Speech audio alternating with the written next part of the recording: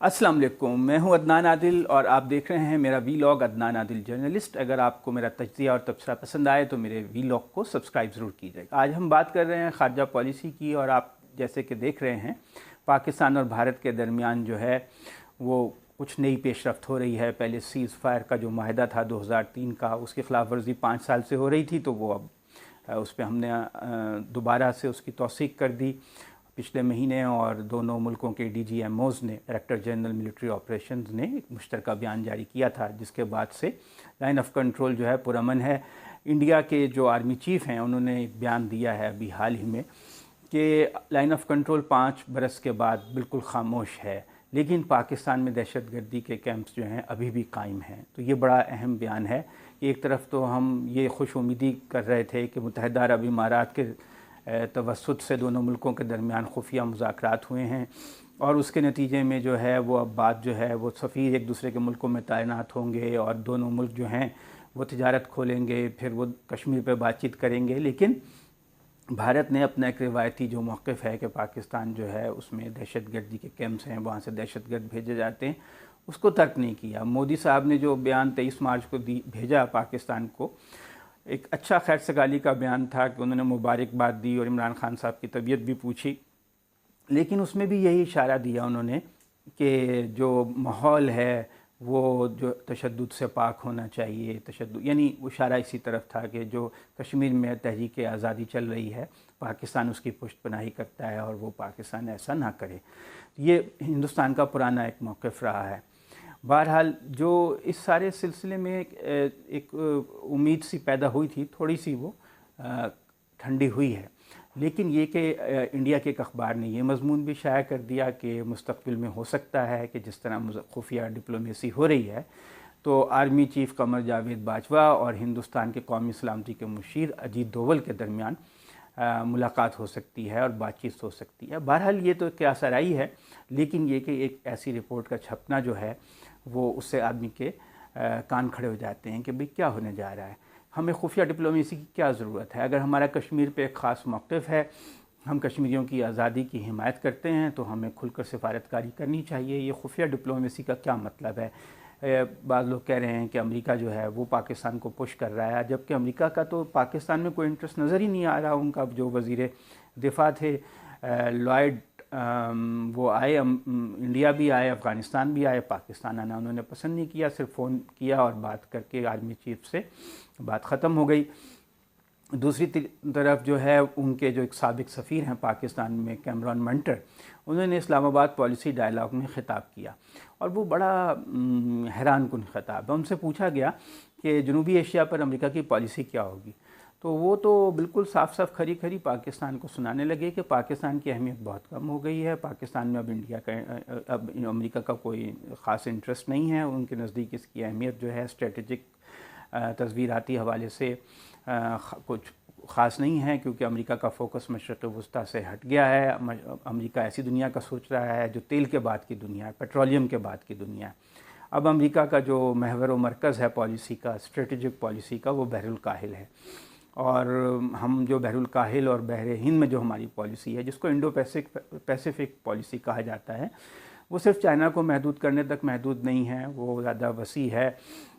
और पाकिस्तान को ख़ुद को री इन्वेंट करने की ज़रूरत है कि अगर वो चाहता है कि दुनिया के नज़दीक उसकी अहमियत हो, यानी कि पाकिस्तान जो है वो एक नए सिरे से अपनी पॉलिसी पे गौर करे, अपने मामलात पे, तो फिर शायद उसकी कोई अहमियत हो।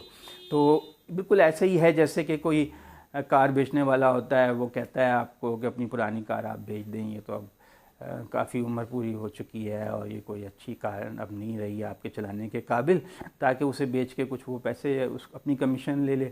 फिर वो एक नई कार आपको सजेस्ट करता है कि ये बड़ी अच्छी कार है, ये भी आप ख़रीद लें, तो उसमें भी वो कमीशन ले लेता है। बिल्कुल वही हाल जो है वो अमेरिका का हो गया है कि पाकिस्तान को वो इस वक्त बिल्कुल लिफ्ट नहीं करा रहे और वो ये कहने की कोशिश कर रहे हैं कि आपकी हमारे नज़दीक कोई अहमियत नहीं है, ताकि पाकिस्तान उनकी शराइत पर अमेरिका के इत्तेहाद में शामिल हो जाए।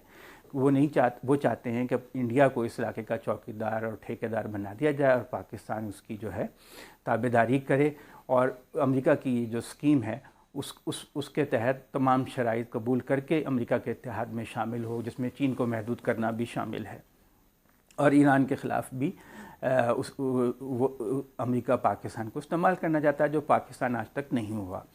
तो अभी ये जो सारी पेशरफ्त हो रही है, इससे चीन को भी तशवीश तो होगी कि पाकिस्तान अमेरिका के साथ की ये दरपर्दा खुफिया जो सफारतकारी अमेरिका के कहने पे हो रही है इंडिया के साथ, ये क्यों हो रही है और क्या चीन पे भी इसके असरात हो सकते हैं? क्या पाकिस्तान हमें दोबारा हमसे पीछे तो नहीं हट जाएगा और हमारे अमेरिकी ब्लॉक में तो नहीं शामिल हो जाएगा हमारे ख़िलाफ़? तो चीन में भी तशवीश की निगाह से इस बात को देखा जा रहा होगा। तो हमें ज़रा मोहतात होकर आगे बढ़ने की ज़रूरत है, क्योंकि अमेरिका जो है किसी सूरत भी अब इंडिया को नहीं छोड़ना चाहता। इंडिया की 1 अरब आबादी से ज़्यादा आबादी है, बड़ी मार्केट है, वहाँ पे अमेरिका के जो माशी मुफादात हैं, कारोबारी मुफादात हैं, वो ज़्यादा हैं और वो चीन को महदूद करने के लिए उसकी ज़रूरत अमेरिका को है, जो पाकिस्तान नहीं कर सकता। और दूसरी बात यह है कि ये जो उनका कहना है कि मशरिक़ वस्ती हमारे लिए अहम नहीं रहा, बिल्कुल गलत है और वो सिर्फ धोखा दे रहे हैं। असल में उनकी ग्रेटर मिडल ईस्ट की पॉलिसी है, और जो ग्रेटर मिडल ईस्ट जो है उसमें पूरा मशरिक़ वस्ती, ईरान, वस्त एशिया शामिल है। वो इस पूरे ख़ित्ते पे इसराइल को एक चौकीदार बनाना चाहते हैं और आप देख रहे हैं इसीलिए इसराइल से अरब मुल्कों के उन्होंने ताल्लुकात कायम करवाए हैं। इसीलिए सऊदी अरब पे प्रेशर डाला है कि यमन की जंग से वो पीछे हटे। और जो ये अब अमेरिका के कहने पे सऊदी अरब और मुत्तहिदा अरब इमारात ने पाकिस्तान और भारत के ताल्लुकात को बेहतर बनवाने की कोशिश की है, तो इसके पीछे ये मकसद कार फरमा है कि पाकिस्तान किसी तरह अफ़गानिस्तान में इंडिया के रोल को तस्लीम कर ले। और आपने देखा भी कि जो अब मुज़ाकरात हो रहे हैं और उसमें इंडिया को भी शामिल किया गया है और कहा गया है, जो नई तजवीज़ आई है अमेरिका की तरफ से कि उसमें इंडिया भी शामिल होगा और तुर्की में फिर मुज़ाकरात होंगे। ये भी कहा जा रहा है, इस तरह की अफवाहें भी हैं कि अमेरिका चाहता है कि एक ब्रिगेड फ़ौज इंडिया की जो है वो अफ़गानिस्तान में तैनात हो जाए, जो तालिबान का मुकाबला कर सके और पाकिस्तान जो इस बात की ज़मानत दे कि उसके ख़िलाफ़ हमले नहीं होंगे। तो ये तो फिर हम अपने जो पुराने इत्तेहादी हैं अफ़गानिस्तान में उनसे भी महरूम हो जाएंगे।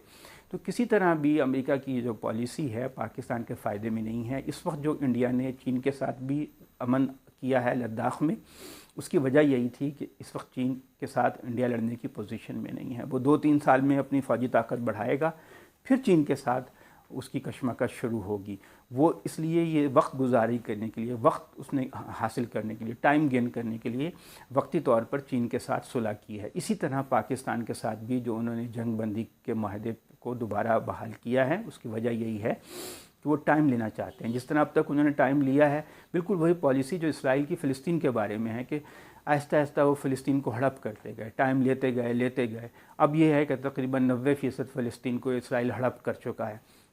बिल्कुल इसी तरह वो कश्मीर की पॉलिसी है उनकी कि पहले उन्होंने मामले को इतना इंडिया ने खींचा कि एक वक्त आया कि उन्होंने 370 उसका जो खुसूसी आइनी स्टेटस था वो ख़त्म किया, उसको अपने में ज़म कर लिया। अब वहाँ पर वो तहरीक को कुचलने के लिए पाकिस्तान के साथ वो उन्होंने फायरबंदी की है ताकि वहाँ पे अपनी पोजीशन को मुस्तहकम कर सकें, वहाँ पे कश्मीरियों की आबादी का तनासुब बदल सकें, हिंदुओं को आबाद कर सकें, हिंदुओं को वहाँ पर जायदाद ख़रीदने की इजाज़त दे दी गई है, शरीयत की इजाज़त दे दी गई है।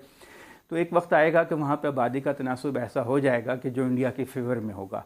तो इस तरह इस मामले को वो तूल देते जाएंगे और मुज़ाकरात के नाम पे भी तूल दिया जा सकता है। तो पाकिस्तान या तो फिर कश्मीरियों से बेवफाई करे। अगर पाकिस्तान कश्मीरियों से बेवफाई नहीं करता है तो पाकिस्तान को अपने असूली मौक़िफ़ पे कायम रहना चाहिए।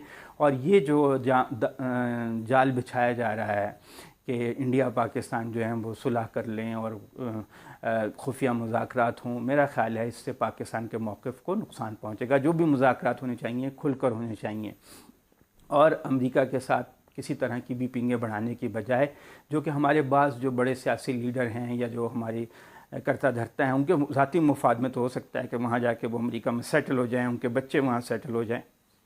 पाकिस्तान के मुफाद में नहीं है। पाकिस्तान का मुफाद यही है कि चीन से हम अपनी दोस्ती को मुस्तहकम करें, ताल्लुकात को बेहतर बनाएं, रूस से अपने ताल्लुकात को अच्छे बनाएं और अपनी आज़ादी और ख़ुद मुख्तारी पे कोई कंप्रोमाइज़, कोई समझौता ना करें।